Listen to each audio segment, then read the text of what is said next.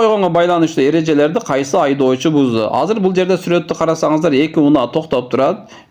Жеңил унаа кайсы жерге токтогон? Адамда жүрө турган жолго токтоп алыптыр. Ал эми мотоцикл болсо жолдо токтоп турат, бирок бул жерде бер жакты карасаңыздар, эмне деп атат? 3 метр деп коюптур.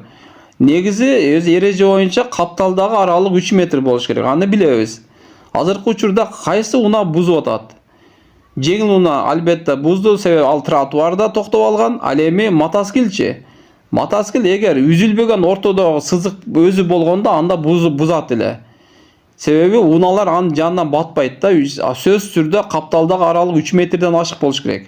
Кем болбош керек. Бирок азыркы учурда үзүлбөгөн сызыктын жанында мына мотоцикл жакта үзүк сызык бар экен. Демек үзүк сызык болгондо аркадан келген унаалар эмне кылат?